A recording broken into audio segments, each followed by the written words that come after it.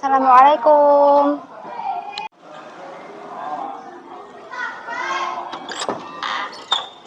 Selamat siang, Pak. Siang kok, silakan Jian, masuk. Iya. Jian, silakan duduk dulu. Iya, Pak. Terima kasih.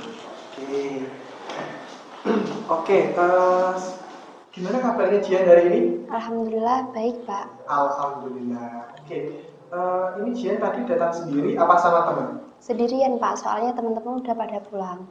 Temanmu udah pada pulang ya? Oh iya, kayaknya kelas 10 ini ada kegiatan proyek, sehingga Jian itu kelas 11 dan 12 itu kayaknya pulang cepat ya.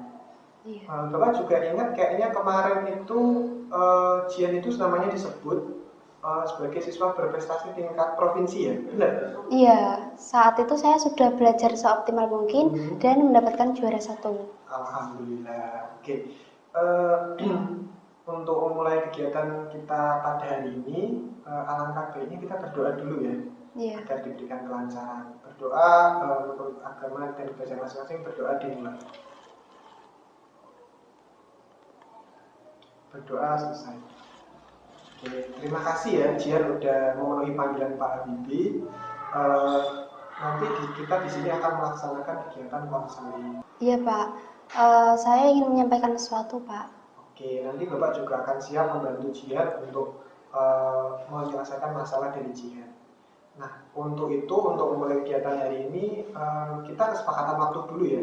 Nanti soalnya Pak Habibie itu jam 12 itu ada kegiatan. Kalau sekiranya nanti kegiatan ini kita laksanakan 45 menit gimana? Iya, Pak. Saya rasa waktu 45 menit itu cukup untuk saya. Tapi saya minta untuk Bapak bisa merahasiakan masalah saya. Saya tidak ingin orang lain mengetahui permasalahan yang sedang saya alami. Oke, jadi dalam kegiatan konseling ini memang sangat ditekankan asas kerahasiaan ya. Jadi nanti Pak Habibie itu tidak akan menceritakan permasalahan yang dialami oleh Jian itu kepada orang lain. Nah, Pak Jian udah paham? Udah. Selain itu juga nanti ketika pelaksanaan itu Pak Habibie juga berharapnya Jian secara terbuka ya, nanti untuk menyampaikan permasalahannya. Iya, Ya? Pak. Oke. Nanti untuk cara pelaksanaannya, Jian nanti mengungkapkan permasalahan yang dialami oleh Jian. Nanti permasalahan tersebut kita bahas ya, kita bahas bersama-sama. Nanti kita mencari alternatif solusi terbaik dari permasalahan yang dialami oleh Jian. Seperti itu. Udah paham? Iya, Pak. Siap. Saya udah paham. Oke. Nah, untuk selanjutnya kita bisa memulai kegiatan-kegiatan selanjutnya. Apakah Jian sudah siap untuk kita melaksanakan kegiatan kita pada hari ini? Iya, Pak. Siap. Oke, sekarang Jian bisa menceritakan masalah yang Jian alami sekarang ini. Saya sekarang ini sedang bingung, Pak. Bingung, lalu? Karena kebingungan tersebut, saya jadi kurang berkonsentrasi saat pelajaran. Oh, jadi karena kebingungan tersebut membuat Jian itu tidak konsentrasi dalam pelajaran ya? Iya, Pak.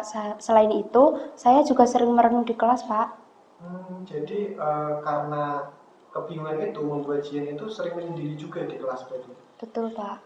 Oke, ada hal yang lain ya enggak yang Jian ingin sampaikan dalam pertemuan ini? Selain kebingungan itu, saya juga merasa resah dan cemas, Pak. Jadi perasaan Jian saat ini itu Jian merasa cemas dan resah berarti? Ya, itulah Pak yang sedang saya alami. Oke, mari kita perdalam lagi ya masalah yang Jian alami.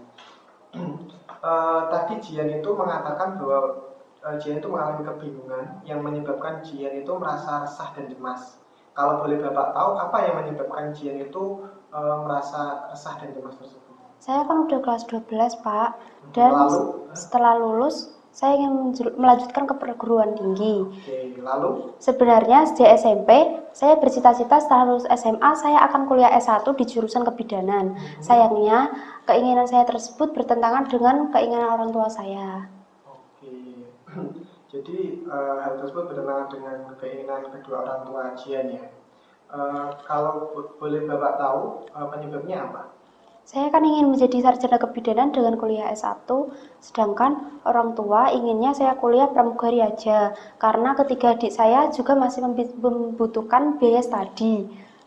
Orang tua mengharapkan jika kuliah pramugari, saya bisa cepat lulus dan bekerja. Selanjutnya bisa membantu membiayai studi adik-adik saya, Pak.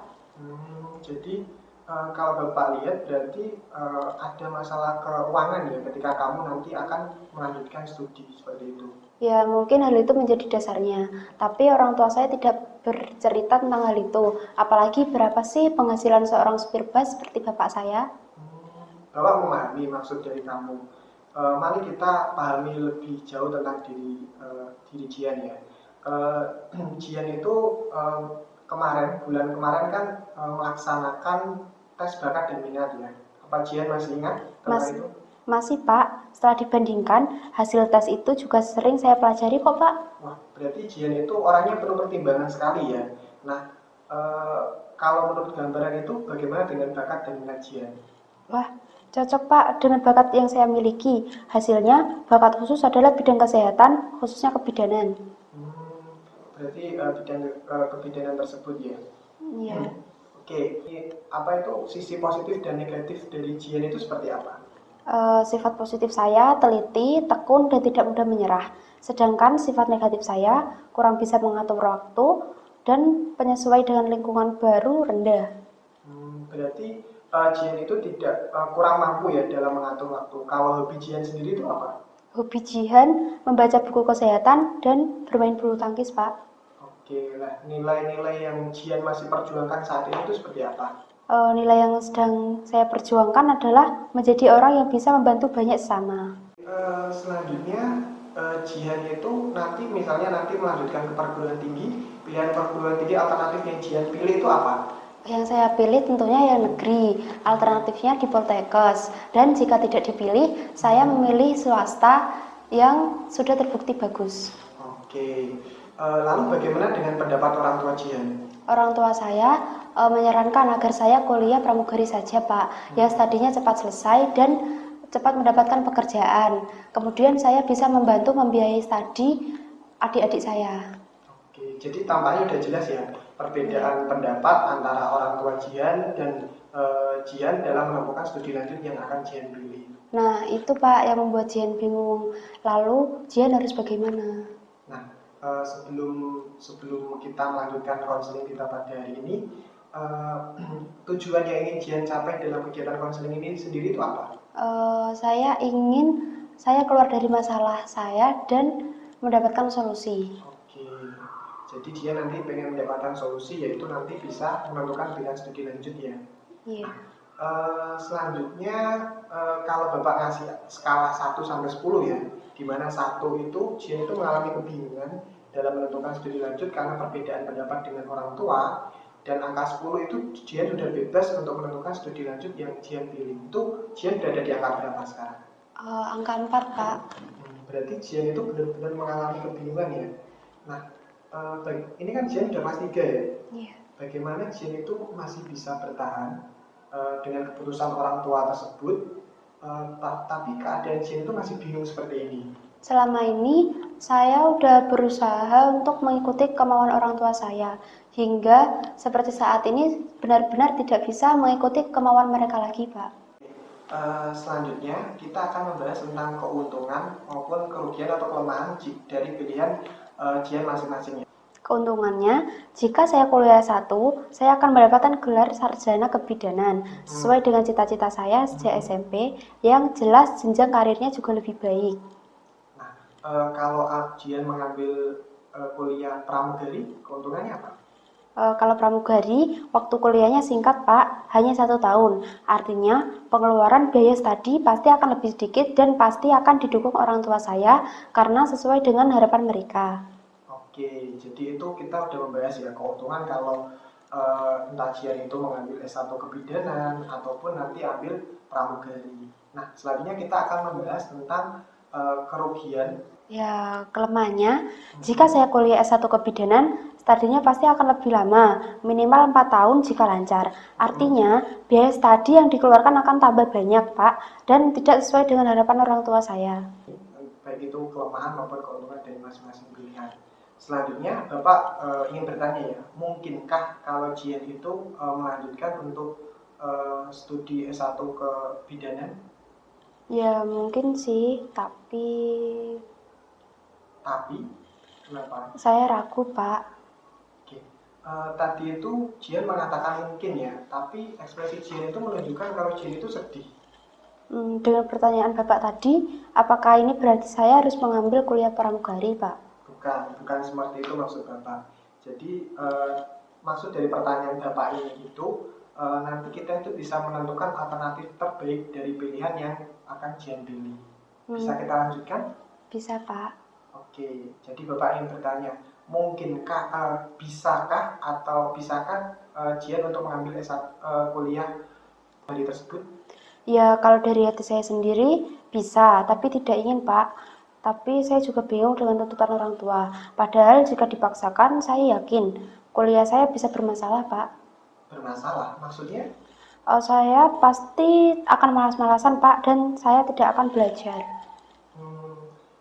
Bapak tidak setuju ya dengan pendapat Jian ya. Namanya kita itu belajar ataupun kita itu melakukan studi itu kan kita tidak boleh bermalas-malasan. Kita harus semangat dan juga berjuang untuk memperoleh prestasi yang terbaik. Betul juga sih. Pikiran saya kok jadi salah begini. Oke, nampaknya pikiran Jian itu udah mulai terbuka ya. Selanjutnya, apakah Jian udah mantap untuk mengambil S1 kebidanan? Tampaknya begitu, Pak. Saya sudah siap mengambil S1 kebidanan. Oke, selanjutnya bagaimana dengan harapan kedua orang tua Jian? Kalau masalah itu saya juga bingung, Pak. Apakah Bapak punya usul atau solusi? Nah, kalau sebelum Bapak berikan usul atau solusi, nanti biasanya kalau kuliah S1 itu kan kamu memerlukan biaya. Nah, padahal orang tua kamu juga mengalami kesulitan dalam keuangan. Nah, kamu bagaimana?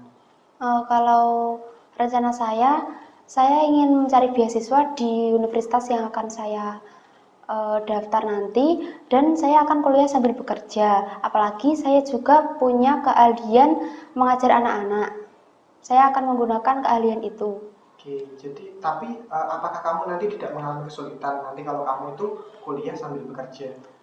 Tidak, Pak, karena keahlian saya itu bisa dilakukan di rumah. Oke, ini tuh kamu cuman bicara hanya semangat sesaat atau kamu memang benar-benar bersemangat saat ini? Justru itu, Pak, semangat saya. Oke, nah selanjutnya biasanya kalau kamu melanjutkan studi lanjut, itu kan biasanya kalau menggunakan beasiswa itu ada konsekuensinya. Maksudnya gini, nanti kalau kamu kuliah, itu kan kamu dituntut untuk memperoleh nilai sesuai dengan ketentuan yang ada. Kalau untuk nilai dan prestasi, saya yakin saya bisa, Pak. Oke, tampaknya kalau masalah prestasi dan nilai, Bapak tidak ragu atas kemampuan kamu. Usul Bapak, nantinya kalau kamu melanjut kuliah S1 di Poltekkes tersebut, ada yang namanya jalur bibit unggul. Nanti kamu bisa melengkapi syarat-syaratnya tersebut. Emang ada ya, Pak? Ada. Nanti syarat-syaratnya kamu lengkapi, kamu serahkan ke Bapak, nanti Bapak daftarkan lewat sekolah.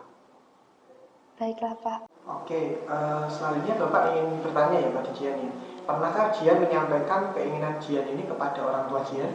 Belum pernah, Pak. Saya sangat takut dengan ayah dan ibu saya. Oke, berarti Jian itu merasa takut ya menyampaikan pendapatnya kepada orang tua Jian. Oke, kalau gitu Bapak meminta Jian menjamkan mata terlebih dahulu. Oke, Jian sudah menjamkan mata. Sekarang Jian itu bayangkan Jian setelah melakukan kegiatan konseling ini, Jian itu ke rumah istirahat dan tiba-tiba ketika di pagi hari Jian itu memiliki kekuatan untuk menyampaikan kepada orang tua, dan ketika bangun pagi Jian itu menyampaikan kepada orang tua Jian terkait dengan pilihan studi ini, dan ternyata orang tua Jian itu mempertimbangkan keinginan Jian untuk mengambil studi lanjut yang Jian pilih. Bagaimana perasaan Jian hal tersebut terjadi? Tentunya saya sangat senang, Pak. Meski tidak disetujui, tapi setidaknya saya sudah menyampaikan apa yang saya inginkan. Oke. Kalau bagaimana cara yang Jian lakukan untuk melakukan hal tersebut? Saya harus bisa menyampaikan keinginan saya kepada orang tua saya, Pak. Biasanya, ayah dan ibu saya akan bersantai saat usai makan malam. Mungkin pada saat itu, saya akan mencoba bicara dengan orang tua saya. Oke, Bapak setuju sekali ya dengan pendapat Jian. Nanti ketika orang tua itu lagi santai, misalnya setelah makan ya seperti Jian sebutkan tadi, Jian bisa menyampaikan pendapat Jian terkait dengan studi lanjut ini. Bapak yakin ya, nanti kalau Jian itu komunikasinya baik, itu orang tua mungkin akan mempertimbangkan keputusan dari Jian tersebut. Oke Pak, siap.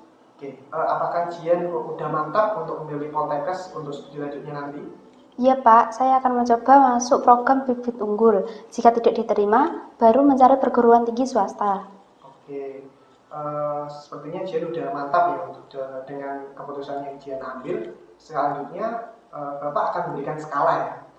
Seperti yang Bapak sebutkan tadi, misalnya ada skala 1 sampai 10, di mana skala 1 ini Jian itu mengalami kebingungan karena perbedaan pendapat pilihan studi lanjut dengan orang tua. Nah, angka 10 itu menunjukkan bahwa Jian itu sudah memiliki kebebasan untuk menentukan studi lanjut sesuai dengan keinginan Jian. Level 8 kalau awalnya saya bingung dengan keputusan karir yang akan saya ambil, sekarang saya sudah bisa mengambil keputusan akan karir pilihan saya. Lebih baik lagi karena saya sudah punya rencana mengenai apa yang harus saya lakukan. Oke, jadi bagus sekali ya Jian. Tadi awal kita ketemu itu 4 levelnya, sekarang kamu sudah level 8. Itu menunjukkan bahwa Jian sudah tidak mengalami kebingungan, setidaknya dalam menentukan studi lanjut yang akan Jian pilih nantinya. Apakah Jian sudah tidak mengalami kebingungan pada saat ini? Sudah nggak bingung Pak. Saya sudah merasa mantap. Alhamdulillah. Oke, sepertinya ini waktunya tinggal sebentar lagi. Mari kita manfaatkan waktu yang tinggal sebentar lagi ini untuk kita efektifkan sebaik mungkin. Iya Pak. Oke, sekarang Jian bisa menyampaikan nggak pokok-pokok bahasan dari pembahasan kita pada hari ini? Baiklah Pak, sebelum saya ke sini saya merasa bingung, cemas, dan tidak tenang karena perbedaan pilihan untuk jurusan kuliah saya dengan orang tua saya. Orang tua saya menginginkan saya berkuliah pramugari, sedangkan saya ingin melanjutkan ke Poltekkes kebidanan. Saya sudah memiliki solusinya Pak, saya akan melanjutkan ke S1 kebidanan dan bekerja untuk tambahan biaya. Saya akan menyampaikan hal ini kepada orang tua saya. Oke, jadi tampaknya kamu sudah dapat menentukan pilihan jurusan kamu ya. Bagaimana perasaan kamu hari ini setelah melakukan kegiatan konseling ini?